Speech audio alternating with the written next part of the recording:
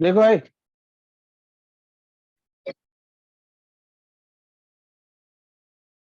एक बात मत कर। एक सरफेस पे फोर्स किसी भी एंगल में लग सकता है।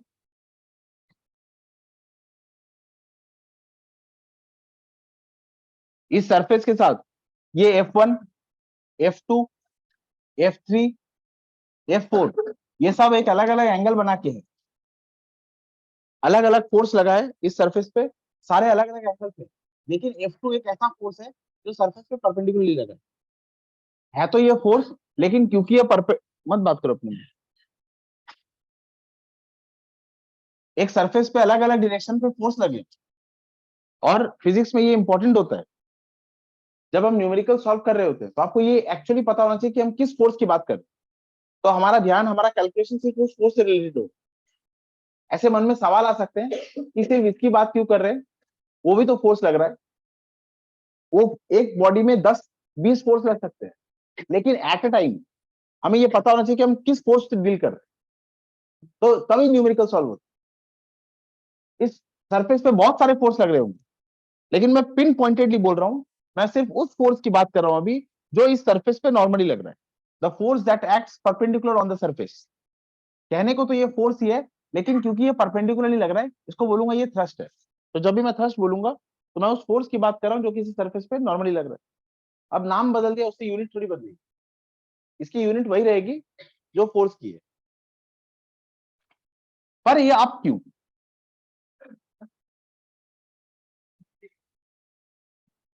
हाँ।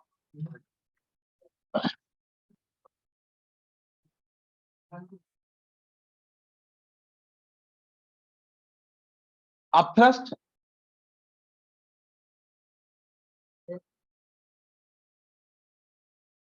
आप थ्रस्ट किसी भी फ्लूइड की प्रॉपर्टी होती है। ये फ्लूइड का नेचर है। ये फ्लूइड का नेचर है कि वो अपथ्रस्ट लगाई गई। This is property of fluid. Any object immersed in a fluid, air and liquid,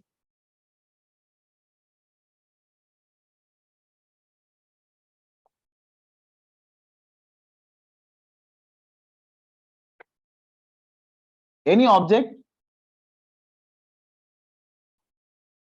immersed in any fluid, air or liquid, will experience upthrust by the fluid in which it is, by which, by the fluid in which it is immersed। पहले तो ये बात समझ लो। अगर एक liquid, इसको छेड़ो ही मत तो ये तुम्हें नहीं छेड़ेगा। लेकिन इसको छेड़ दिया तुमने, इसमें एक ऑब्जेक्ट लेकर जबरदस्ती इसमें इमर्स कर रहे हो, तो एक तो इनर्शिया ऑफ रेस्ट होता है ना। मतलब ऐसा सोच लो कि लिक्विड का इनर्शिया ऑफ रेस्ट को तुम डिस्टर्ब कर रहे हो और वो उसको रेजिस्ट करेगा। अच्छा, वो कितने अमाउंट से रेजिस्ट करेगा? जितना तुम उसको छेड़ रहे हो। The more the volume, the more the volume of the fluid you will displace, the more the upthrust you will experience। इस लिक्विड का जितना वॉल्यूम तुम डिस्प्लेस करोगे, उतना ये तुम्हें अपथ्रस्ट लगाएगा। देयर इज अ लिक्विड बशाक and there is one object. इनको अलग अलग फोर्स तभी एग्जिस्टेंस में आता है जब दो बॉडी इंटरेक्ट करती है। If two bodies are not interacting with each other, there is absolutely no force. If two charge are not interacting with each other, there is absolutely no force. दो charge interact करते हैं, दो body interact करती है और force existence में आ जाता है। मैं इस लिक्विड को अलग रखता हूँ, इस ऑब्जेक्ट को अलग रखता हूँ, और किसी फोर्स की बात करने की मुझे जरूरत ही नहीं, कोई चैप्टर पढ़ना ही नहीं मुझे। लेकिन अगर इस ऑब्जेक्ट को इस लिक्विड के कांटेक्ट में ले आता हूं मैं, now there are two bodies interacting with each other. ये समझी? Any object immerse in any fluid, मतलब two objects are interacting with each other and there is force. अब दो फोर्स की बात होगी। एक, अच्छा जब इस ऑब्जेक्ट को मैंने अलोन देख, ये बताइए ये अलोन है क्या? तो कौन है?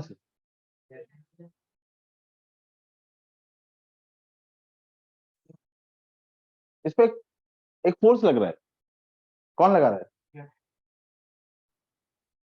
उससे भी इंपॉर्टेंट फोर्स लग रहा है इसमें, ग्रेविटेशन। ये बॉडी अकेला नहीं है, तुम्हारे साथ कोई नहीं है, तो अर्थ की ग्रेविटी तो कम से कम है। क्यों स्टेटस लगाते हो फीलिंग लोनली?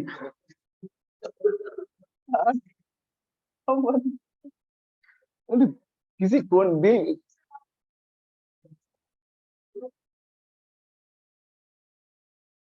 अच्छा हाँ, ब्रो ये बहुत डीप लोनलीनेस को रिप्रेजेंट करता है। ओए सुन, ओए हीरो, अरे सुन,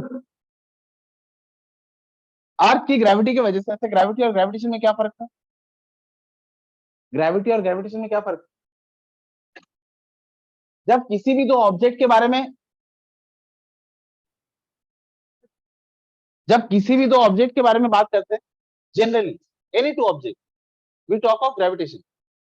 लेकिन जब दो ऑब्जेक्ट में एक ऑब्जेक्ट हेवनली बॉडी होता है, तो ग्रेविटी कहते हैं।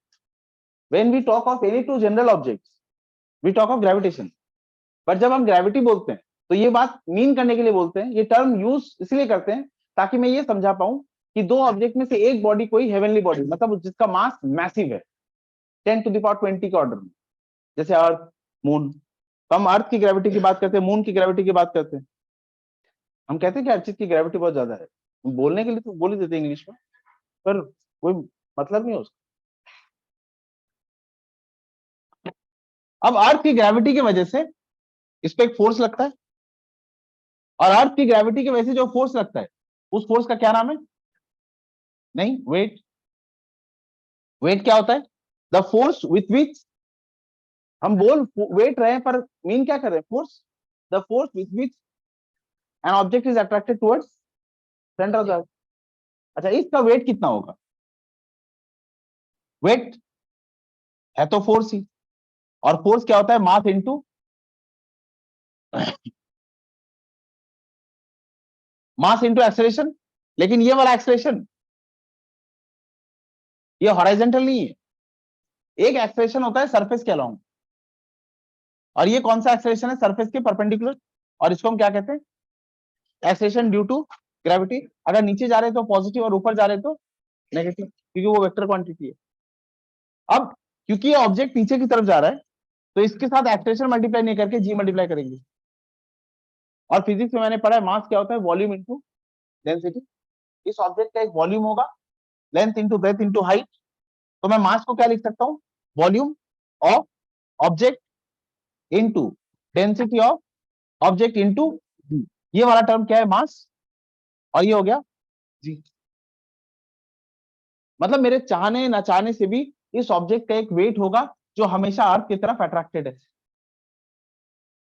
और क्योंकि यहां पे भी दो बॉडी थी, ऑब्जेक्ट एंड अर्थ, यहाँ एक फोर्स काम कर रहा था। अब मैं क्या करता हूं, इस ऑब्जेक्ट को, मत बात करो अपने में। अब मैं क्या करता हूं, इस ऑब्जेक्ट को इस लिक्विड में इमर्स करता हूं। अब ये ऑब्जेक्ट इस लिक्विड के साथ इंटरेक्ट कर रहा है, एंड क्योंकि इंटरेक्ट कर रहा है, तो एक फोर्स और जनरेट होगा। एक फोर्स ऑलरेडी इसमें काम कर रहा था, वो मेरे ना चाहने से इंडिपेंडेंट है, दैट इज वेट। मतलब इसका वेट जो भी है, उस वेट को मैं क्या बोलूंगा? Volume of object into density of object into g. ये इसको नीचे ले जाना चाहता है।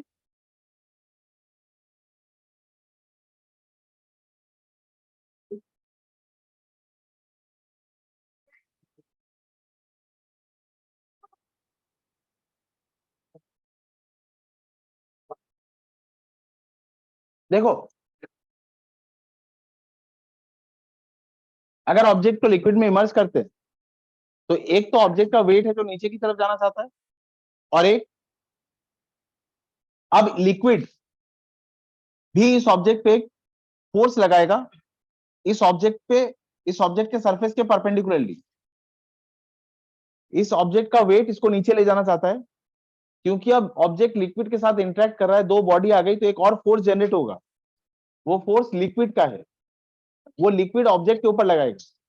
लिक्विड ऑब्जेक्ट के पे जो ऊपर जो फोर्स लगाएगा वो परपेंडिकुलरली लगाएगा, मतलब थ्रस्ट, और ये वेट जिस डायरेक्शन में जा रहा है उसके ऑपोजिंग लगेगा, upward, the force acting upward on any object emerged in the liquid, इसको बोलेंगे अपथ्रस्ट लगा। अब ये कितना अपथ्रस्ट लगा रहा है, तो एकदम इंटेंशन क्लियर है, लिक्विड को तुमने छेड़ा इसलिए वो फोर्स लगाएगा, तुम लिक्विड को छेड़ो मत, वो फोर्स नहीं लगाएगा। अच्छा, तुम जितना उसको छेड़ोगे वो उतना ही अपथ्रस्ट लगाएगा। फिर से बोल रहा हूं, अपथ्रस्ट ये किसकी प्रॉपर्टी है, लिक्विड की। फ्लूइड, अभी ये लिक्विड की बात करो तो मैं लिक्विड ही बोल रहा हूं, है तो फोर्स इन अपथ्रस्ट, और फोर्स क्या होता है, mass into, again mass into acceleration. अच्छा, मास को क्या लिख सकते हैं, वॉल्यूम इंटू डेंसिटी, और ये होगा एक्सेलरेशन ड्यू टू ग्रेविटी। ये वॉल्यूम किसका, लिक्विड को जितना डिस्प्लेस करोगे, लिक्विड को जितना डिस्प्लेस करोगे, मत बात करो अपनी, लिक्विड को जितना डिस्प्लेस करोगे वो वाला वॉल्यूम। ये अपथ्रस्ट क्यों लग रहा है, क्योंकि लिक्विड डिस्प्लेस हो रही है। जैसे ऑब्जेक्ट अंदर जाएगा, ऑब्जेक्ट का जितना वॉल्यूम अंदर जाएगा स्नेहा, उतनी ही लिक्विड डिस्प्लेस होगी। तुम इस ऑब्जेक्ट को पूरा अंदर ले जाओ, इस ऑब्जेक्ट का पूरा वॉल्यूम इस लिक्विड के अंदर ले जाओ, और एग्जैक्टली जितना वॉल्यूम अंदर जाएगा उतनी वॉल्यूम ऑफ लिक्विड डिस्प्लेस होगी ना। बिना समझे हाँ मत बोलना। The more the volume of the object is immersed in the liquid, the more is the volume of liquid displaced. हाँ, अपथ्रस्ट कौन लगा रहा है, लिक्विड, और अपथ्रस्ट क्योंकि फोर्स है, फोर्स होगा m इंटू जी, और मास को मैं क्या लिखूंगा, वॉल्यूम इंटू डेंसिटी इंटू जी। लेकिन ये वॉल्यूम क्या होगा, ये डेंसिटी क्या होगी, ये जी क्या होगी, ये समझ, ये तो समझ गए, वेट समझ, ये होगा वॉल्यूम ऑफ लिक्विड, ये होगा वॉल्यूम ऑफ लिक्विड डिस्प्लेस्ड। मैं बात तो अच्छी कर रहा हूं, मैं किसके वॉल्यूम की बात कर रहा हूं, लिक्विड की। लेकिन लिक्विड अपने आप डिस्प्लेस होता है क्या, नहीं, तो ये क्या होगा, equals to volume of object, volume of object emerged in liquid. Displace कौन होगा, लिक्विड, तो डेंसिटी भी किसकी होगी, लिक्विड की इंटू जी। अपथ्रस्ट कैसे निकालेंगे, volume of liquid displaced which is equal to the volume of object emerged into density of liquid into g. Weight कैसे निकालेंगे और अपथ्रस्ट कैसे निकालेंगे, समझ आ गया। हाँ, अब ये दोनों फोर्स कॉम्पिटिटिव है, वेट उसको डुबाना चाहता है, अपथ्रस्ट उसको बचाना चाहता है, तो इसमें कौन डोमिनेटिंग है, मैं ये सारे वैल्यूज बैठा लूंगा और ये सारे वैल्यूज बैठा दूंगा, तो मुझे पता चल जाएगा ना कौन डोमिनेटिंग है। ये समझ में आ रहा है, ये नहीं समझी, वेट और अपथ्रस्ट कॉम्पिटिटिव फोर्स, वेट किसी ऑब्जेक्ट को अर्थ की तरफ खींच रहा है, मतलब नीचे ले जाना चाहता है, और अपथ्रस्ट लिक्विड लगा रहा है ऑब्जेक्ट के ऊपर, ऊपर की तरफ। ये समझे, अपथ्रस्ट कौन लगाता है, लिक्विड, किस पे लगाता है, ऑब्जेक्ट पे, किस डायरेक्शन में लगाता है, ऊपर की तरफ। तुम बोल क्या रही हो, अप थ्रस्ट, मतलब वेट उसको नीचे ले जाना चाहता है और अपथ्रस्ट उसको ऊपर ले जाना चाहता है। ये दोनों फोर्सेस कॉम्पिटिटिंग हो गए ना, कॉम्पीट करे एक दूसरे से। अब इसमें कौन डोमिनेट करेगा, इसमें कौन डोमिनेट करेगा, बात मत करो, 5 मिनट और इंपॉर्टेंट है, फिर न्यूमेरिकल स्टार्ट कर सकते हैं। अब इसमें कौन डोमिनेट करेगा, अगर वेट बहुत ज्यादा है, तुम ऐसे समझो, किसी ऑब्जेक्ट का वेट, किसी ऑब्जेक्ट का वेट एक फिक्स वैल्यू रखेगा ना। अगर मैं मास की बात करूं, वेट होता है फोर्स मास इंटू जी, मास तो कांस्टेंट रहता है, और अगर मैं अर्थ के पोजीशन को, अर्थ में पोजीशन को वैरी नहीं करा रहा, इक्वेटर में और पोल्स में नहीं जा रहा, तो जी भी कांस्टेंट रहेगा। मतलब किसी ऑब्जेक्ट का वेट फिक्स क्वांटिटी होगा और वो कांस्टेंट वैल्यू रखेगा। ये समझी, अपथ्रस्ट नहीं लगने पर भी वेट तो होगा ही, अपथ्रस्ट नहीं लग रहा है तो भी इस ऑब्जेक्ट का वॉल्यूम होगा, इसकी डेंसिटी होगी, एक जी होगा, इसका एक वेट होगा। ये समझी। अच्छा दीपान, अपथ्रस्ट नहीं होगा तो भी वेट होगा। और अब इस ऑब्जेक्ट को मैंने इसमें इमर्ज किया तो अपथ्रस्ट लगना शुरू होगा। ये बता इस पूरे इक्वेशन में वो कौन सी वैल्यू है जो चेंज होगी? जी चेंज होगी? नहीं। डेंसिटी ऑफ लिक्विड चेंज होगी? नहीं। क्या चेंज होगा? Volume of liquid displaced which is equal to the volume of the object emerged in liquid. अब मुझे एक बात बताइए, एक लौती क्वांट मत बात कर, एक लौती क्वांटिटी जो बदलेगी, एक लौती क्वांटिटी जो बदलेगी वो क्या है? Volume of liquid displace. अच्छा, मैंने ऑब्जेक्ट का ये पूरा वॉल्यूम लिया, मतलब मैं ये कहना चाह रहा हूं लिक्विड कितना अपथ्रस्ट लगाएगा इसका भी एक मैक्सिमम वैल्यू है, उससे ज्यादा अपथ्रस्ट को नहीं लगा सकता। लिक्विड कितना अपथ्रस्ट लगाएगा, जैसे वेट फिक्स है ना, वेट का एक फिक्स वैल्यू है ना, उससे ज्यादा वेट हो सकता है? नहीं। एक लिमिटिंग वैल्यू है upthrust, there is a limiting value of, उससे ज्यादा अपथ्रस्ट को नहीं लगा सकता। And what is that limiting value? पहले इस ऑब्जेक्ट का इतना सा वॉल्यूम इमर्ज हुआ तो जो अपथ्रस्ट मुझे मिलेगा because of this little volume, ये डेंसिटी कांस्टेंट है, इसको ऐसे लिख देता हूं,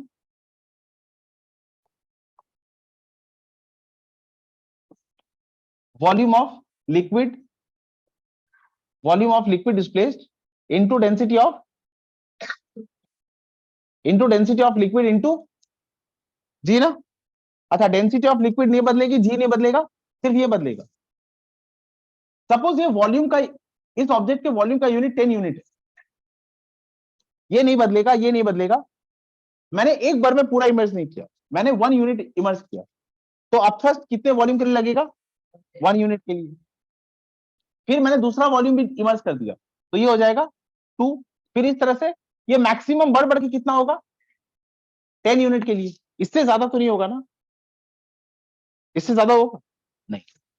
अच्छा, एक ऑब्जेक्ट पे लिक्विड, एक ऑब्जेक्ट पे लिक्विड मैक्सिमम कितना अपथ्रस्ट लगा सकता है वो मैं निकाल सकता हूं, और उस ऑब्जेक्ट का वेट कितना होगा वो भी मैं निकाल सकता हूं। मतलब मुझे कंपेयर करने के लिए दो डेटा चाहिए था, वो मिल गया मुझे। This is the maximum upthrust can be exerted by the liquid and this is the weight. अच्छा, अब मानो वेट ज्यादा है, मैक्सिमम अपथ्रस्ट जो निकल लगा सकता है वो भी तुमने निकाल दिया, वेट ज्यादा है और मैक्सिमम अपथ्रस्ट कम है, मतलब ऑब्जेक्ट क्या हो जाएगा? सिंक। पहले ये दोनों डेटा निकाल लेना पेंसिल से, और फिर तुम कंपेयर कर सकते हो whether the object will float, whether the object will sink. If weight is greater than the upthrust exerted by the liquid, the maximum upthrust exerted by the liquid on the object will sink. अच्छा, मानो wait और upthrust का value equal है, तो एक, हाँ, एक मस्त तीनों, मानो ये पूरा रूम लिक्विड से भरा है और मैं ऑब्जेक्ट को ले जाकर लिक्विड के किसी भी पोजीशन पे रख देता हूं, अंदर, लिक्विड के अंदर, मतलब मैंने ऑब्जेक्ट का पूरा वॉल्यूम इमर्ज कर दिया है ना, और मैं उस ऑब्जेक्ट को ले जाकर लिक्विड के किसी भी पोजीशन में रख दूंगा, हाँ, तो उसका जो वेट नीचे की तरफ था और उस पर जो अपथ्रस्ट लग सकता था मैक्सिमम, वो ऊपर की तरफ, ये दोनों इक्वल हो गए, तो wherever the object is placed it will stay. ये समझे?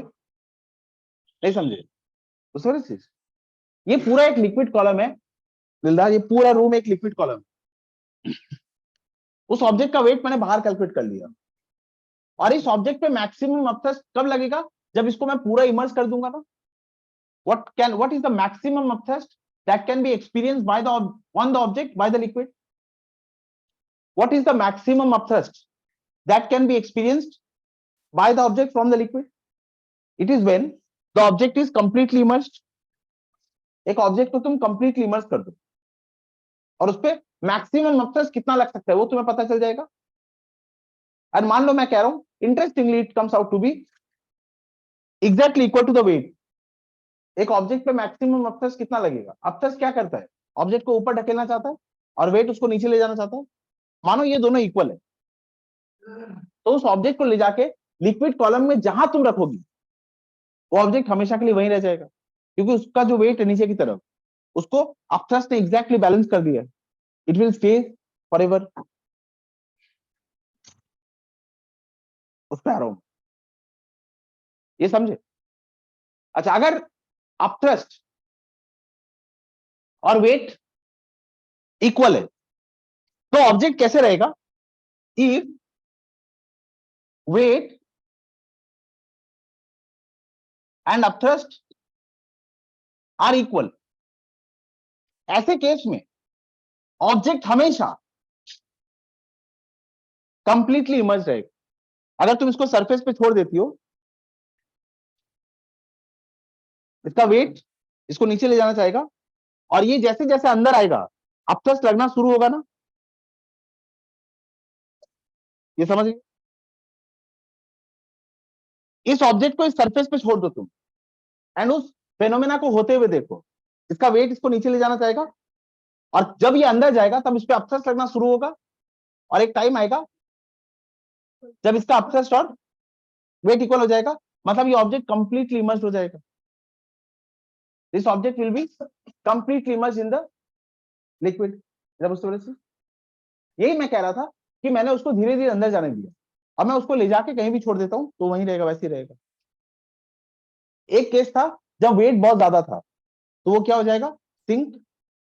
और जब वेट और अपथ्रस्ट इक्वल हो जाएगा तो वो कंप्लीटली इमर्ज्ड होगा। लेकिन ऐसा भी तो हो सकता है कि वेट बहुत कम है और अपथ्रस्ट बहुत ज्यादा है। इस जहां तक कोई डाउट है? मैंने कुछ नया नहीं लिखा है। एक तो volume of object, density of object into g, और ये क्या है? Volume of liquid space into density of liquid into g, and volume of liquid space is always equal to the volume of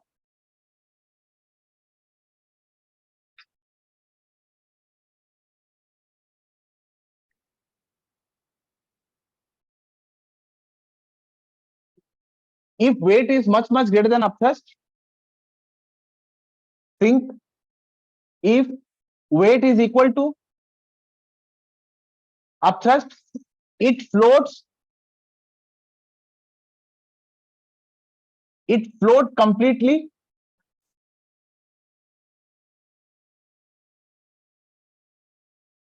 immersed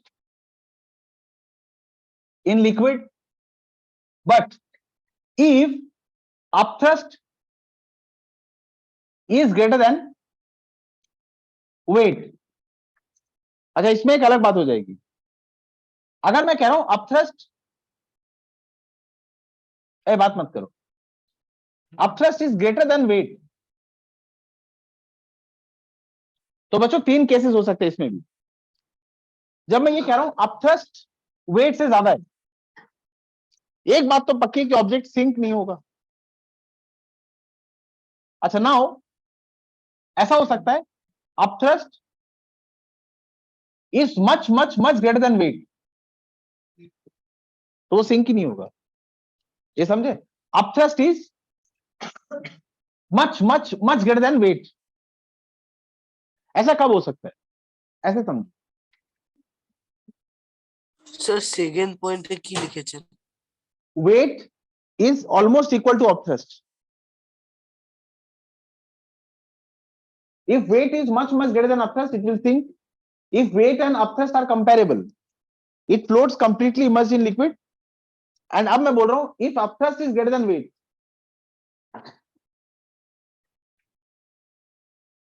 if upthrust is much greater than weight,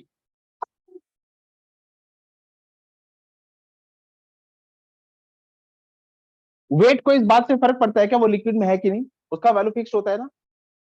इसका एक weight है W, volume of object into density of object into g. Upthrust को इस बात से फर्क पड़ता है कि कितना ऑब्जेक्ट का वॉल्यूम अंदर है। The more the volume of the object is inside the liquid, the more is the upthrust. अच्छा, इसको अगर मैं निकालूंगा तो ये होगा volume of liquid displaced into density of liquid into g. अब गेम क्या है वो देखो, ये तो फिक्स्ड है, ये वाला वैल्यू फिक्स्ड है, ये वाला वैल्यू फिक्स्ड है, ये वाली वैल्यू चेंज होगी ना। अच्छा, अपथ्रस्ट निकालने के लिए मैंने बार बार मैक्सिमम अपथ्रस्ट पे एम्फेसिस किया था कि ऑब्जेक्ट का पूरा वॉल्यूम इमर्स कर देना, ऑब्जेक्ट का पूरा वॉल्यूम इमर्स कर देना और ये पता कर लेना कि उसमें मैक्सिमम अपथ्रस्ट कितना लग सकता है। अपथ्रस्ट निकालने के लिए ये वाला परसेप्शन यूज किया था हमने कि उस ऑब्जेक्ट का पूरा वॉल्यूम लिक्विड के अंदर मान लेंगे और फिर ये कैलकुलेट कर लेंगे कि कितना अपथ्रस्ट लग रहा है। अब मानो तुमने ऑब्जेक्ट का पूरा वॉल्यूम अंदर इमेजिन कर लिया, तो ये अपथ्रस्ट बहुत ज्यादा आ गया। हमने क्या किया, मान लिया कि ऑब्जेक्ट का पूरा वॉल्यूम लिक्विड के अंदर है और ये अपथ्रस्ट बहुत ज्यादा आ गया। ये समझे? तो ऐसे नहीं समझो, ऐसे केस में अपथ्रस्ट बहुत ज्यादा हो जाएगा वेट से और वो क्या करेगा, ऊपर फोर्स लगाएगा। अब बैलेंस फोर्स कहां होगा, ये वेट कम है और अपथ्रस्ट बहुत ज्यादा है, तो ये क्या करेगा, ऑब्जेक्ट को बाहर धकेल देगा, ये बाहर धकेल देगा। अच्छा मतलब ए प्लीज बात मत, ये फिर से बोल रहा हूं, ये वैल्यू चेंज नहीं होगी और ये वैल्यू चेंज नहीं होगी। मतलब उस ऑब्जेक्ट की डेंसिटी बहुत ज्यादा है, सॉरी उस लिक्विड की डेंसिटी बहुत ज्यादा है। अपथ्रस्ट कितना लगेगा ये तीन फैक्टर पे डिपेंड करता है, volume of liquid into density of liquid into g, volume of liquid, volume of liquid, volume of liquid, volume of liquid into density of liquid into g. Density of liquid change नहीं होने वाली, तुमने object का पूरा volume अंदर ले लिया और ये अपथ्रस्ट बहुत ज्यादा आ गया। मतलब अगर ये 10 यूनिट्स है बच्चों, अगर ये 10 यूनिट्स है, लिक्विड की डेंसिटी इतनी ज्यादा है कि ऑब्जेक्ट का 1 नहीं 0.1 यूनिट भी अगर अंदर जाएगा तो वो अपथ्रस्ट को बैलेंस कर देगा। मैंने अगर ये पूरा वॉल्यूम बैठा दिया तो ये बहुत ज्यादा आ रहा है। मैंने क्या लिखा है, upthrust is much much much greater than weight. ऐसा कब हो सकता है, सुनिए सर, ये केस कब हो सकता है, मैंने ऑब्जेक्ट का पूरा वॉल्यूम इमर्ज कर दिया, डेंसिटी ऑफ लिक्विड बहुत ज्यादा होगी, वॉल्यूम को भी मैंने ज्यादा ले लिया, डेंसिटी ऑफ लिक्विड ऑलरेडी ज्यादा है, जी से मल्टीप्लाई हो गया, मतलब अपथ्रस्ट बहुत ज्यादा लग गया, तो वो ऑब्जेक्ट बाहर आ जाएगा। और अगर डेंसिटी ऑफ लिक्विड बहुत ज्यादा है तो ऑब्जेक्ट को पूरा इमेज करने की जरूरत नहीं है, इसको पूरा इमेज मत करो, इसका सिर्फ 0.1 यूनिट ले लो, इसका सिर्फ 0.1 यूनिट ले लो और तो भी अपथ्रस्ट इक्वल हो जाएगा, सॉरी वेट के इक्वल हो जाएगा ना। नहीं समझा ना अतिथि, क्लियर हो गया ये? तो जब अपथ्रस्ट बहुत बहुत बहुत ज्यादा होगा तो वो उसको ऊपर धकेल देगा और ऑब्जेक्ट का लिटिल फ्रैक्शन बस इमर्ज रहेगा, लिटिल फ्रैक्शन। और उस केस में मैं क्या बोलूंगा, ऑब्जेक्ट क्या कर रहा है, float, not completely, not partially floating on the surface of water. ये समझे? अच्छा ऐसा कब होगा, if density of liquid is much much greater then density of object. तो क्वेश्चन पढ़ते वक्त ऑब्जेक्ट की और लिक्विड की डेंसिटी दी हुई रहती है, जब क्वेश्चन पढ़ोगी ना तो ऑब्जेक्ट का और लिक्विड का डेंसिटी गिवन रहेगा। अब इतना सब जो मैं बोल रहा हूं ये सारा बात किस पे घूम फिर क्या कटेगा, डेंसिटी पे। अगर मैं कह रहा हूं एक ऑब्जेक्ट है आयरन, उसकी डेंसिटी है 7.8 ग्राम पर सीसी और इसको मैं वाटर में इमर्ज कर रहा हूं, वाटर की डेंसिटी है 1 ग्राम पर सीसी, क्या होगा बता सकते हैं? ये सिंक हो जाएगी ना, the density of object is much much greater than the density of liquid in which it is emerge, it will sink. अच्छा अब अगर मैं करता हूं द डेंसिटी ऑफ ऑब्जेक्ट, मत बात करो, the density of object is 1.25 gram per cc, अभी ऑब्जेक्ट क्या हो जाएगा, the density of object is, अभी भी सिंक हो जाएगा। अच्छा the density of object is nearly equal to, इसको ऐसे ले लेते हैं 0.99 ग्राम per CC, nearly equal to 1, ये ऑब्जेक्ट क्या हो जाएगा, फ्लोट कंप्लीटली इमर्ज। अच्छा अब इसको मैं ले लेता हूं सपोज 0.85, हाँ अब ये क्या हो जाएगा, पार्शियली इमर्ज।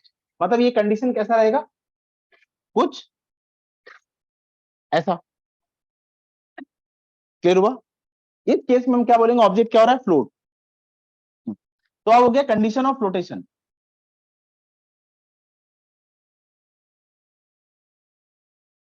बच्चों क्वेश्चन पढ़ते वक्त ये लाइन भी पढ़ लेना, क्वेश्चन में लिखा रहेगा object floats and this is your point. एक क्वेश्चन दो तरह से आ सकता, एक तो तुम्हें ये पूछेगा what you will observe, whether the object will sink whether the object will float। ऐसे केस में हम डेटा कंपेयर कर सकते हैं। क्या होने वाला है, एक ये केस तो होगा क्वेश्चन में जहां लिखा रहेगा ऑब्जेक्ट फ्लोट्स, या तुमको बोलेगा what volume of the object should be immersed so that it floats, या तुमको ऐसे बोल देगा an object floats with so volume inside the liquid. अगर ये फ्लोट वर्ड है तो ये एक लौते कंडीशन पे पॉसिबल है। फ्लोट वर्ड के लिए मैं क्या यूज करता हूँ, weight of the object is equal to the upthrust acting on it. मतलब for any floating object, for any floating object given in the question, मैं लिख सकता हूं ना, इफ इट फ्लोट्स, फ्लोट तो तभी होगा ना जब कॉम्पिटिटिव फोर्सेस बैलेंस हो गए, वेट नीचे ले जाना चाहता है, अपथ्रस्ट ऊपर ले जाना चाहता है, वो किसी एक समय पे आके बैलेंस हो गए। तो for if it floats, upthrust is balanced by weight of object, and ये वैल्यूज हमें पता है। वेट ऑफ ऑब्जेक्ट क्या होगा, volume of object into density of object into g, और अपथ्रस्ट क्या होगा,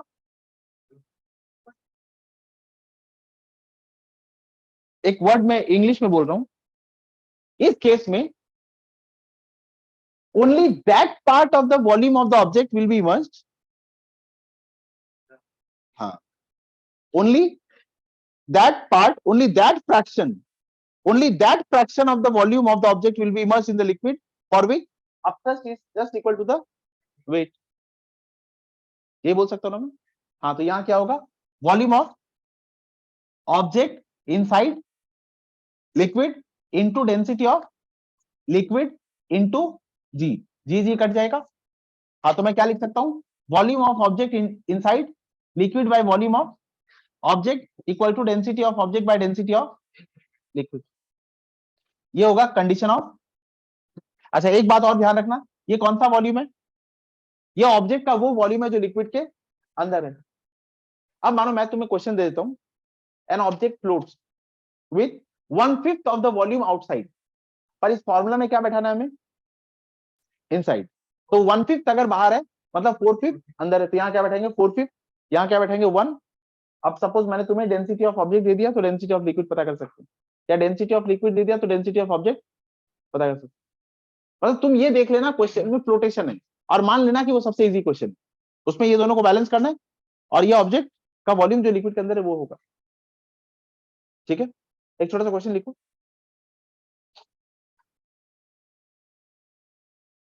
अच्छा, बुक से करते, बुक दो, यहां तक समझ आया। हाँ, मैंने शुरू की, इधर देख, मैंने शुरू किया था कहां से, वही मटेरियल है।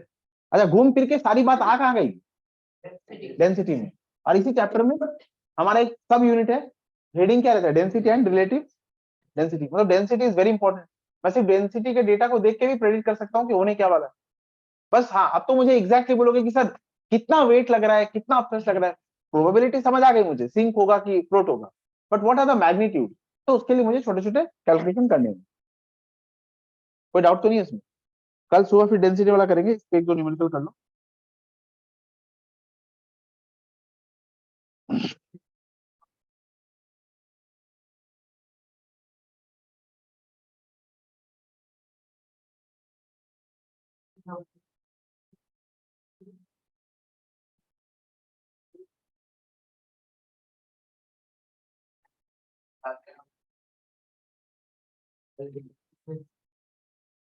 नहीं, अभी मैं एक दो क्लास ये पढ़ाऊंगा, कल भी करेंगे।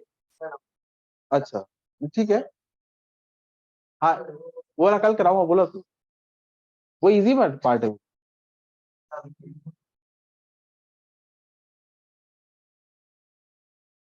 हाँ, एक छोटा सा क्वेश्चन लिखो, अ ब्लॉक ऑफ, ए लिखो, a block of would floats on water, a block of wood floats on water with 2/5 with 2/5 of its volume, with 2/5 of its volume above the water surface,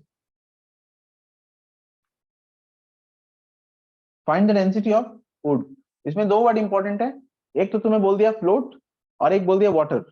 water बोल दिया तो water की density क्या ले लेंगे 1 ग्राम per CC, और एक float बोल दिया। Find the density of food.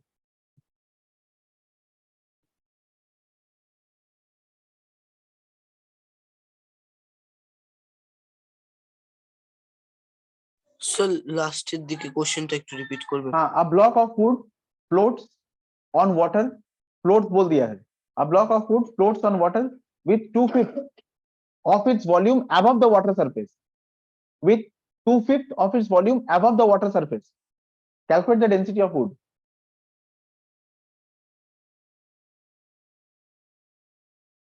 Question. Hey, float word mention किया हुआ है for floating object. Weight of object is balanced by upthrust acting on the object. Weight is volume of object into density of object into g, and upthrust क्या होगा?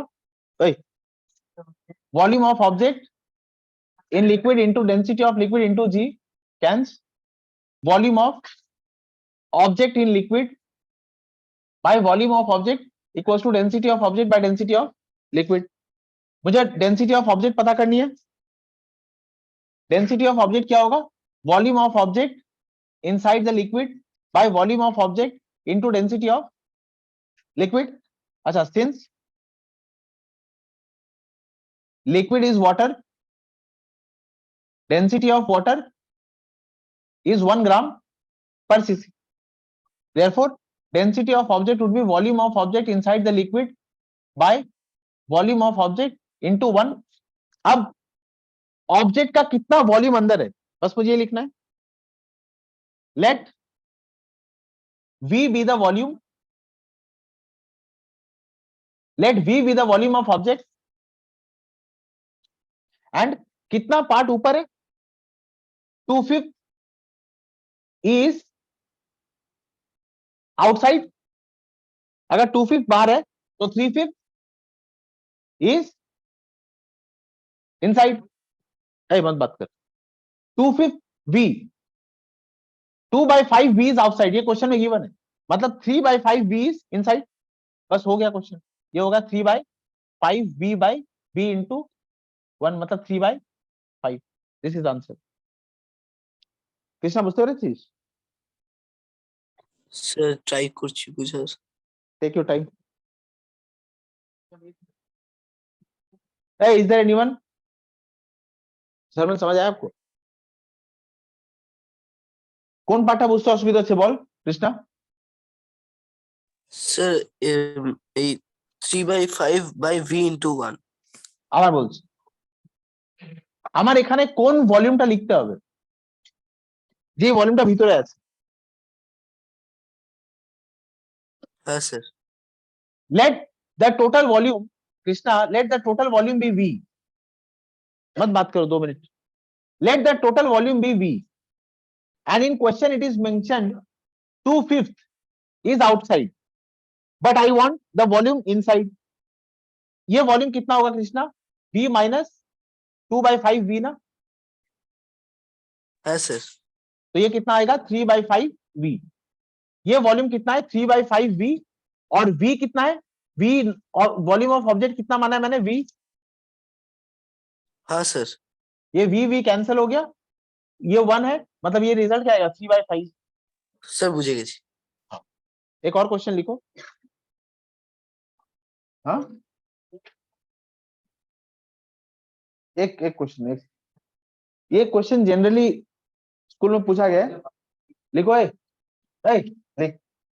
An iceberg floats on fresh water.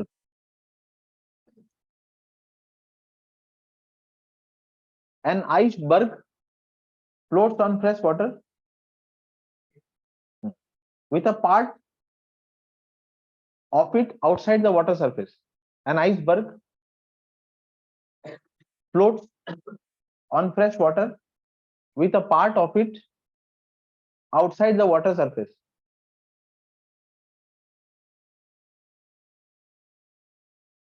full stop. Calculate the fraction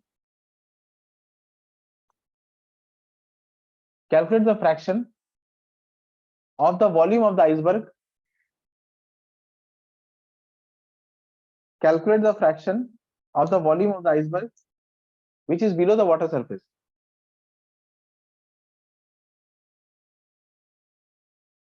Calculate the fraction of the volume of the iceberg which is below the water surface. Density of ice is 917 kg per meter cube. Density of ice is 917 kg per meter cube. And density of fresh water आपको पता ही है, ग्राम में कितना है 1, तो KG में कितना होगा 1000 केजी पर मीटर क्यूब.